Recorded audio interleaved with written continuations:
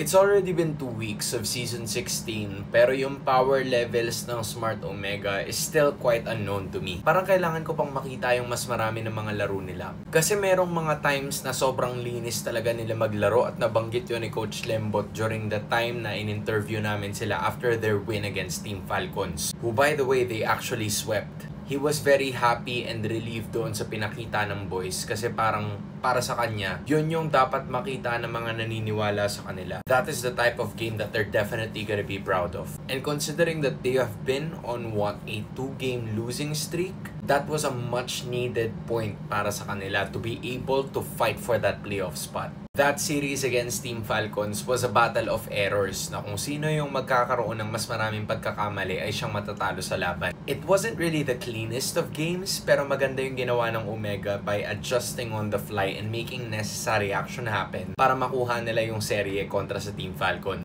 Hopefully, this is really gonna help them move forward para mas lalo pang makapaghanda because they're gonna be facing some of the top teams in our league sa mga susunod na linggo.